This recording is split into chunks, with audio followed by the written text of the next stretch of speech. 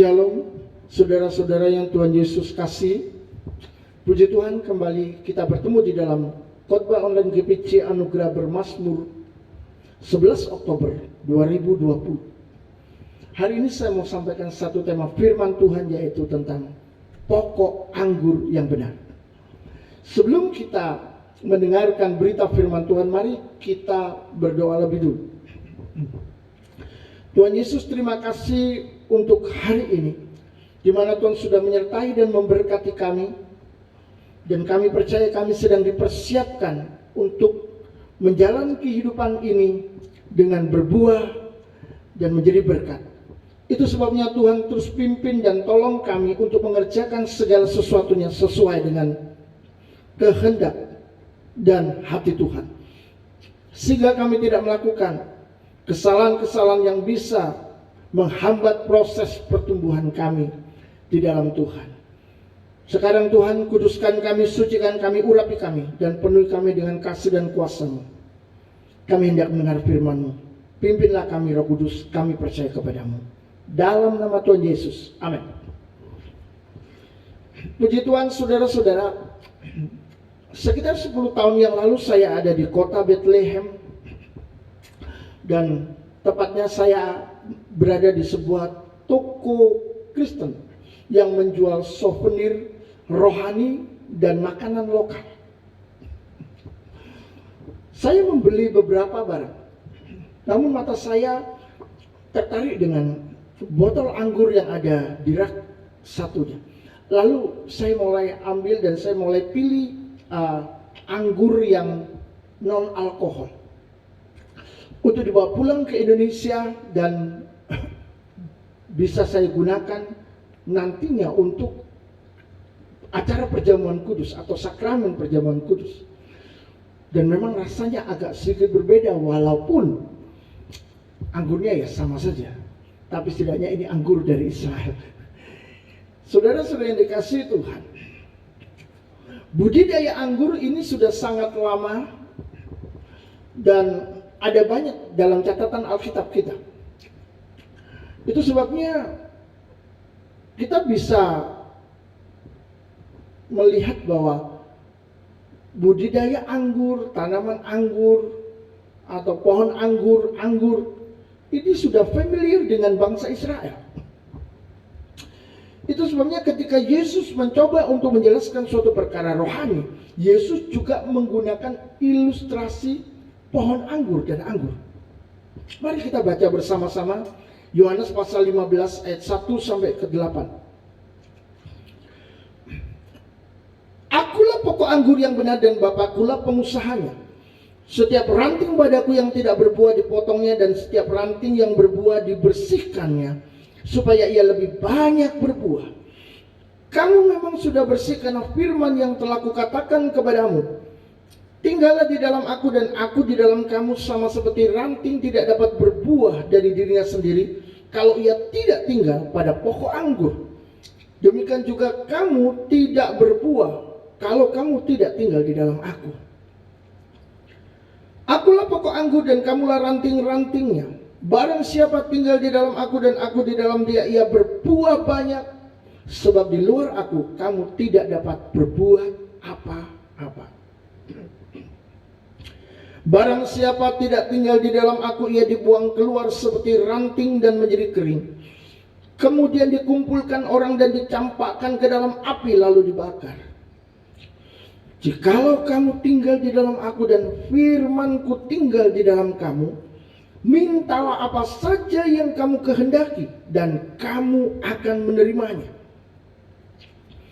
Dalam hal inilah Bapakku dipermuliakan, yaitu jika kamu berbuah banyak dan dengan demikian kamu adalah murid-muridku.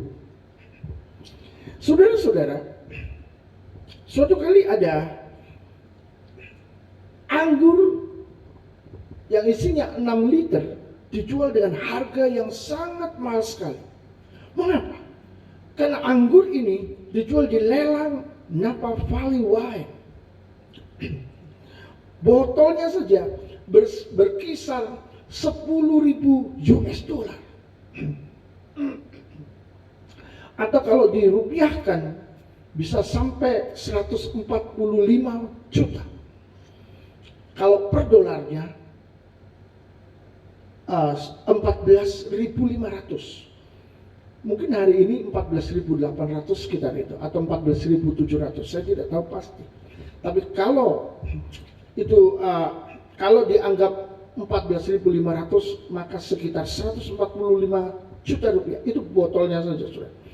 Harga keseluruhannya sebesar 500.000 US dollar, atau setara dengan 7 miliar 250 juta rupiah. 7,25 M. Saudara-saudara, apakah saudara pernah minum segelas anggur atau makan anggur?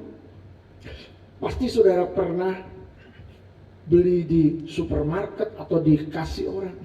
Tapi mungkin kalau minum anggur ini agak sedikit jarang.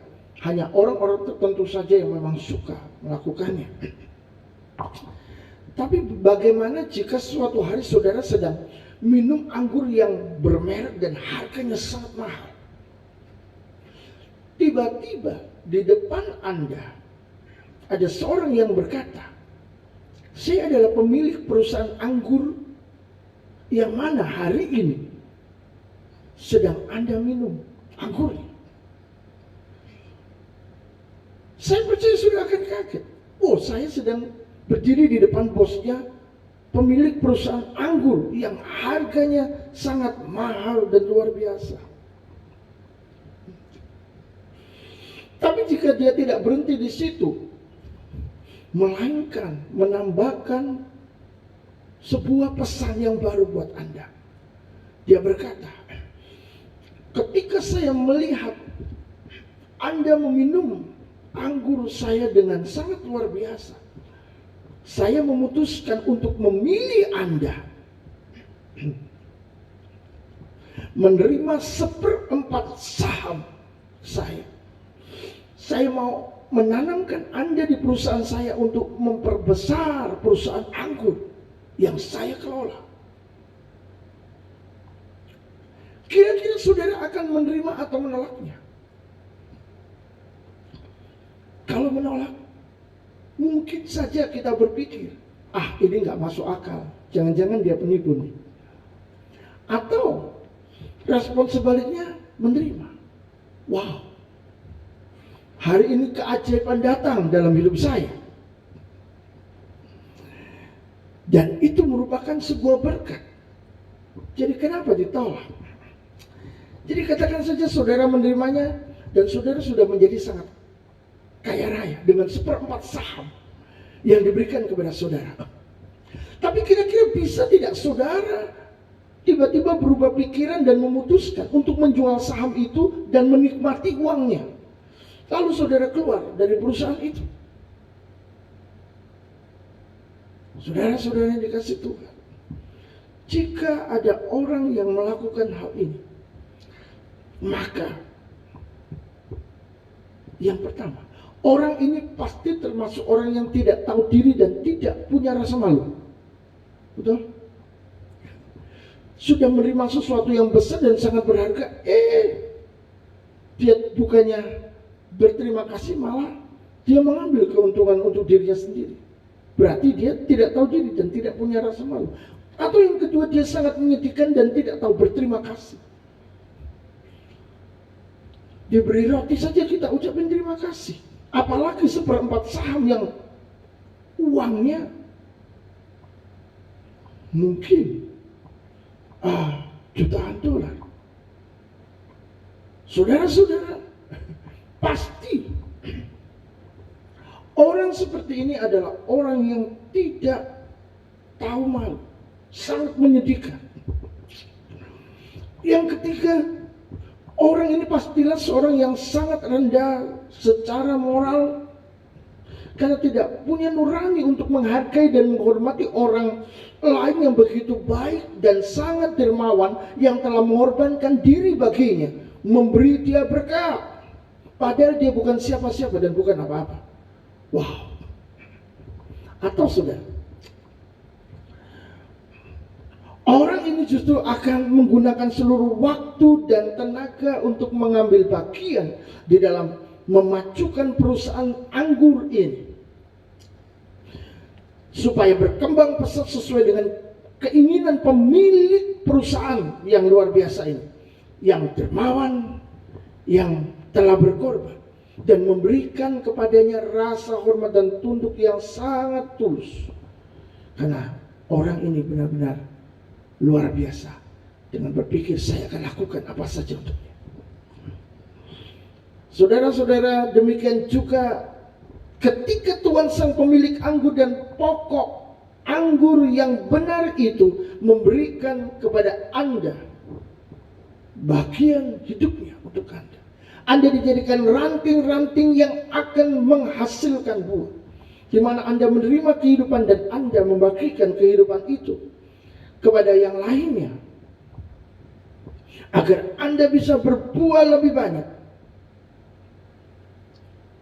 Firman Tuhan juga menunjukkan bahwa Ia akan membersihkan supaya lebih banyak berbuah bagi kemuliaannya di ayat yang tadi.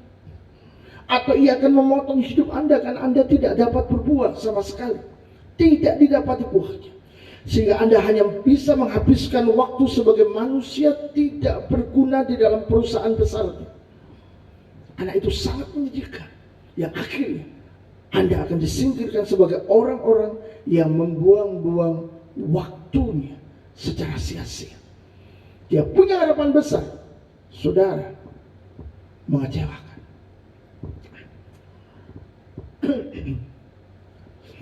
Saudara-saudara, bertahun-tahun Tuhan sudah memberikan kepada kita bagian, menjadi ranting-rantingnya untuk menghasilkan buah anggur yang begitu lebat di dalam pohon anggurnya. Tetapi masalahnya, banyak orang tidak berbuah karena dia hanya hidup untuk dirinya sendiri, dan dia tidak mau memberikan diri untuk melayani Tuhan. Bisanya cuma memperkaya diri, meningkatkan intelektual, menjadi lebih berpengaruh, menikmati semua kesenangan hidup. Wow. Tidak pernah menyerahkan diri sebagai seorang hamba yang mengasihi Tuhan. Tidak pernah berterima kasih, tidak pernah menyerahkan hidup untuk berbuah dan menyukakan hatinya. Ada banyak lagi, saudara. Padahal Tuhan begitu dermawan, begitu baik, penuh kasih karunia, memberikan keajaiban untuk memilih kita yang bukan siapa-siapa dan bukan apa-apa, untuk menerima bagian dalam sebuah pekerjaan yang sangat besar, perusahaan anggur made in surgawi.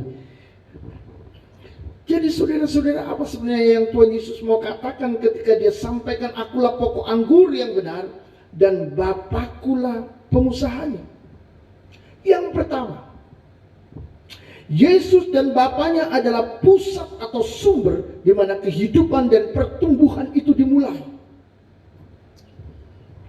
Apakah saudara punya televisi, lemari es,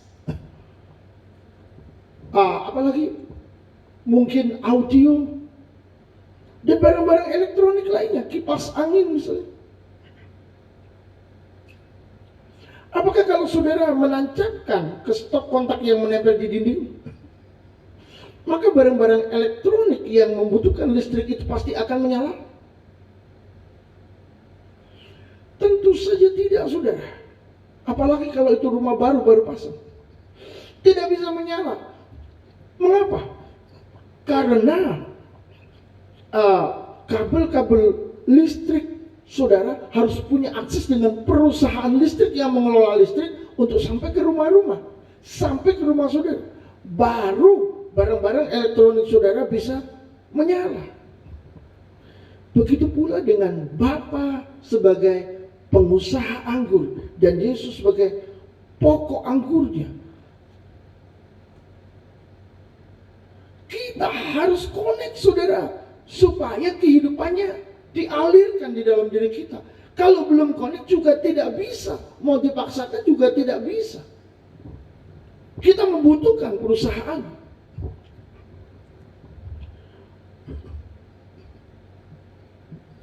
Dia adalah satu-satunya permulaan dan jalan agar kehidupan dapat berlangsung dan berbuah. Satu-satunya. Sebab Yesus adalah pokok anggur yang benar atau pokok anggur yang sejati. Jadi dia adalah satu-satunya, tidak ada yang kedua. Yesus berkata di dalam Yohanes 14 ayat 6, "Akulah jalan dan kebenaran dan hidup. Tidak ada seorang pun dapat datang kepada Allah, kepada Bapa, kalau tidak melalui aku." Sekali lagi, Yesus selalu satu-satunya. Kalau Yesus itu pokok anggurnya dan Bapa adalah pengusahanya, maka saudara, tidak akan ada yang bisa di luar Bapa atau di luar Yesus agar bisa memulai kehidupan dan pertumbuhan. Itu tidak ada. Kehidupan dan pertumbuhan selalu dimulai oleh Bapa dan Yesus. Kenapa? Karena melalui Bapa kehidupan dan pertumbuhan itu diadakan karena Bapa pengusahanya. Tetapi kehidupan dan pertumbuhan itu dimulai karena Yesus, sebab dia adalah pokok anggurnya. Dari dialah kehidupan itu mengalir dan dialirkan di dalam kita. Saudara-saudara yang dikasihi Tuhan, Yohanes 15 ayat 4 sampai 5 berkata, "Tinggallah di dalam aku dan aku di dalam kamu. Sama seperti ranting tidak dapat berbuah dari dirinya sendiri kalau ia tidak tinggal pada pokok anggur, demikian juga kamu tidak berbuah jikalau kamu tidak tinggal di dalam aku. Akulah pokok anggur dan kamulah ranting-rantingnya. Barang siapa tinggal di dalam aku dan aku di dalam dia, ia berbuah banyak. Sebab di luar aku kamu tidak dapat berbuat apa-apa." Kalau di luar Yesus kita tidak connect, maka kita tidak bisa berbuat apa-apa. Kita hanyalah sebuah benda yang mati. Itu sebabnya saudara-saudara, kalau yang pertama Yesus dan Bapa adalah pusat atau sumber di mana kehidupan dan pertumbuhan dimulai, maka yang kedua, kita diberi bagian menjadi ranting untuk tujuan kekal di dalam kehidupan dengan satu kehendak, yaitu berbuah banyak. Jadi kita diciptakan ini dengan satu tujuan untuk berbuah banyak. Kita dijadikan ranting. Kalau kita ranting, maka kita hidup saudara, selama kita masih menempel dengan Tuhan. Dan kita bahkan bisa mengalir, bisa menjadi berkat dengan apa? Menghasilkan buah. Ini yang Tuhan mau. Menjadi ranting memperoleh kehidupan dari pokok anggur tergantung secara total kepada pokok anggur tersebut untuk apa? Hidup, bertumbuh, dan berbuah. Dan kita bukan cuma terima kehidupan dari pokok anggur, tapi kita juga terima kehormatan besar. Untuk apa? Untuk meneruskan kehidupan, untuk berbuah. Itu kehormatan. Kalau dia tidak mau menjadikan kita bagian dalam hidupnya, maka kita bukan siapa-siapa, bukan apa-apa, tidak ada artinya sama sekali. Namun saudara-saudara, kalau pokok anggur bisa mendapatkan pujian, maka kita ranting juga akan mendapat pujian. Cuma harus diingat bahwa kita bukanlah sumbernya, bukan sumber kehidupan. Jadi tidak pernah kita akan menjadi lebih besar atau bisa bersaing dengan Tuhan, dengan pokok anggur. Itu tidak mungkin sama sekali. Ketika ranting dipotong dan dibakar, maka dia hanya menjadi sampah. Demikian hidup kita kalau terputus dari Tuhan. Mau tenar, populer, hebat, luar biasa, engkau cuma sampah, engkau bukan apa-apa. Tapi selama kita masih connect dengan Tuhan, kita mendapatkan kehormatan bersama-sama dengan Dia. Di dalam ayat yang ke-6 dikatakan, barang siapa tidak tinggal di dalam aku, ia dibuang keluar seperti ranting dan menjadi kering. Kemudian dikumpulkan orang dan dicampakkan ke dalam api, lalu dibakar. Artinya saudara, sebagai ranting atau sebagai orang percaya, kita pasti berbuah. Pasti berbuah. Kalau tidak berbuah, kita disamakan sebagai orang-orang tidak percaya yang nasibnya pada akhirnya itu dibakar dengan api, dibuang. Jadi itu sebabnya saudara, di dalam hidup yang katanya beriman kepada Yesus sang pokok anggur yang benar, kita pasti berbuah. Kalau ada orang merasa dirinya tidak berbuah selama bertahun-tahun padahal dia mengikut Kristus, maka orang itu harus waspada. Karena itu adalah tanda-tanda di luar Kristus. Di luar aku, kata Yesus, kamu tidak dapat berbuat apa-apa. Dan itu sangat ngeri.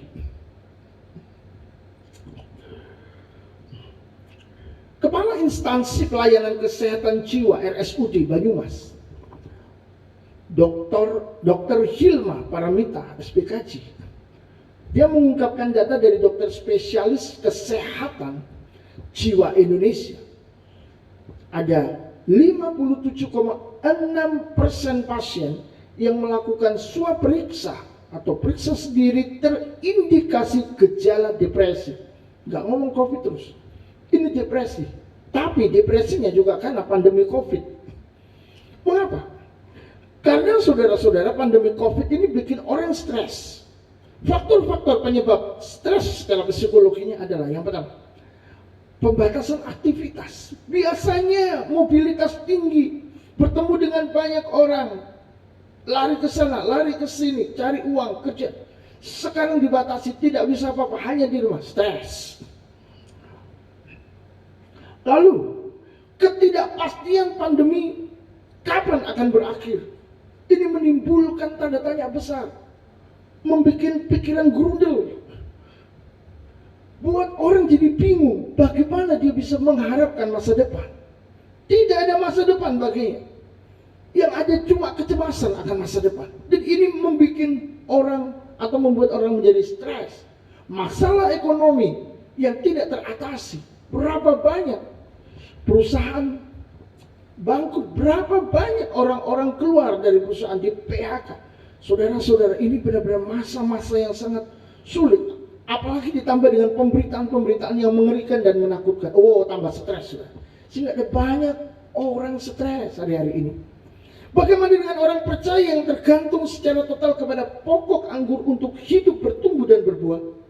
Saudara-saudara, saya percaya bahwa mereka akan lebih kuat. Mereka tidak perlu stres sampai sakit jiwa. Karena pencobaan-pencobaan yang dialaminya adalah pencobaan-pencobaan yang biasa, yang tidak melebihi kekuatannya. Dan Tuhan memberikan jalan keluar kepadanya. Itu sebabnya kita harus terus tersambung, kita harus terus terhubung dengan pokok anggur. Sebagai ranting, kita harus terus bersama-sama dengan Yesus. Supaya kita tidak mati, supaya kita tidak dipotong, dibakar, dibuang. Tapi kita tetap bersama-sama dengan Dia, menikmati kehidupan dari Tuhan dan ikut mendapatkan kehormatan. Yohanes 15 ayat 16 berkata, bukankah kamu yang memilih aku, tetapi akulah yang memilih kamu, dan aku telah menetapkan kamu supaya kamu pergi dan menghasilkan buah, dan buahmu itu tetap, Supaya apa yang kamu minta kepada Bapa dalam namaku, diberikannya kepadamu. Saudara-saudara, kalau Yesus yang memilih kita, kita pasti berbuah. Karena dia berkata, aku yang memilih kamu dan aku menetapkan kamu, kamu pergi menghasilkan buah dan buahmu itu tetap. Jadi kalau Yesus yang benar-benar memilih kita, bukan kita yang memilih Yesus, kita akan berbuah. Apa bedanya Yesus memilih kita dan kita memilih Yesus? Kalau Yesus yang memilih kita pasti benar. Tapi kalau kita memilih Yesus, itu pasti bukan benar-benar sebuah pilihan. Karena kita adalah manusia berdosa yang selalu jauh dan menjauh dari Tuhan. Tidak mengenal Tuhan. Tapi kalau Tuhan sampai mengenal kita, itu luar biasa. Itu kasih karunia. Dan itu berkat yang membuat hidup kita berubah, menghasilkan buah, bertumbuh. Kecuali kita sudah terpisah dari luar Kristus. Tetapi saudara-saudara, kita bukan cuma diberikan kepercayaan oleh Tuhan untuk memperluas diri kita dan berbuah, tetapi ada yang lebih dari itu. Kita baca di dalam ayat yang ke-7. Jikalau kamu tinggal di dalam aku dan firmanku tinggal di dalam kamu, mintalah apa saja yang kamu kehendaki dan kamu akan menerimanya. Wow. Yang ketiga, kita diberi akses oleh Tuhan untuk masuk dalam tingkatan tertinggi seperti menjadi satu dengan pokok anggur itu sendiri. Sehingga apa saja yang kita minta, kita pasti menerimanya. Di dalam kisah Cinderella, ada dua saudara Cinderella yang begitu jealous, begitu benci dengan Cinderella. Satu ibu tirinya juga jahat sama dia. Sehingga di rumah dia cuma jadi pembantu, suruh ngepel, mencuci, dan lain sebagainya. Tapi satu kali saudara-saudara yang dikasih Tuhan, pengawal kerajaan datang ke desa untuk mencari calon istri bagi sang pangeran. Datanglah Cinderella ke sana. Lalu ketika dia pulang, sepatunya tertinggal di sana. Dan pangeran berkata, siapapun yang punya sepatu ini akan menjadi istriku. Semua disuruh coba, nggak bisa, nggak cukup. Singkat cerita, Cinderella menikah dengan pangeran, mereka bahagia. Dan Cinderella sudah tidak jadi lagi pembantu rumah tangga, karena dia sudah terhubung, sudah connect dengan pangeran. Dan sekarang, karena dia menjadi istrinya, pangeran menjadi suaminya, hubungan itu menjadi begitu dalam, luar biasa. Sehingga apapun yang dia minta kepada pangeran, pangeran memberikannya. Begitu pula saudara-saudara yang dicintai oleh Tuhan. Kalau kamu tinggal di dalam aku, kalau kita tinggal di dalam Tuhan dan firman-Nya tinggal di dalam kita, minta apa saja kita akan menerimanya. Karena hubungan kita menjadi begitu dalam, seperti hubungan suami istri, menyatu, tidak terpisahkan.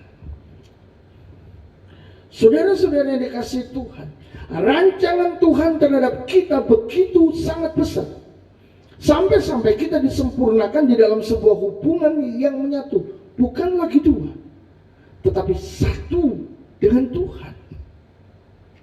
Bukan lagi hanya sekedar memberi buah, tetapi apa saja yang kita kehendaki, kita akan menerimanya. Berarti itu akan menjadi milik kita.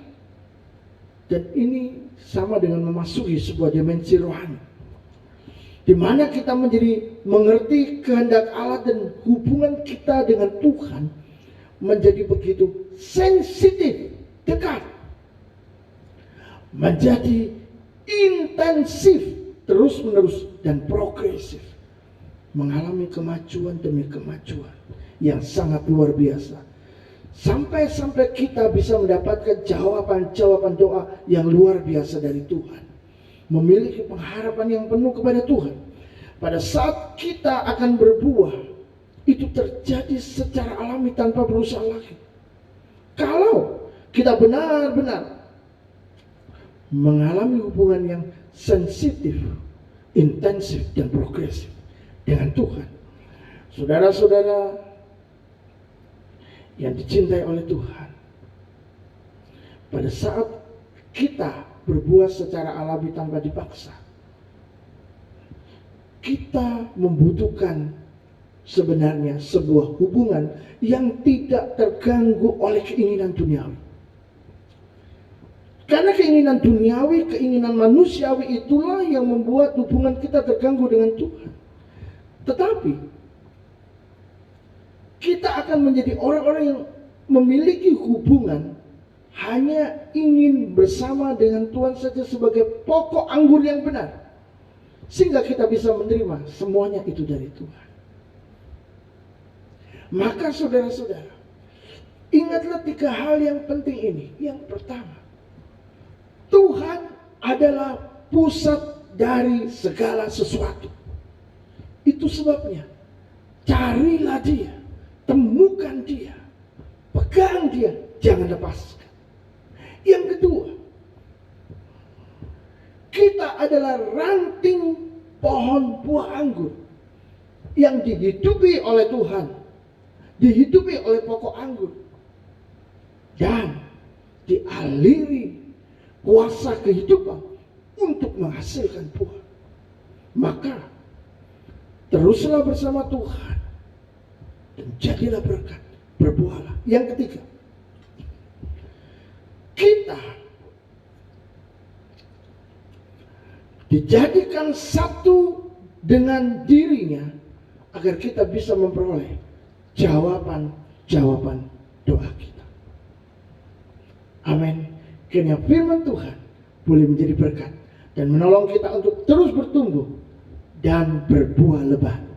Ingat, tetaplah menyatu, tetap connect dengan pokok anggur yang benar itu, yaitu Yesus Kristus Tuhan kita. Amin.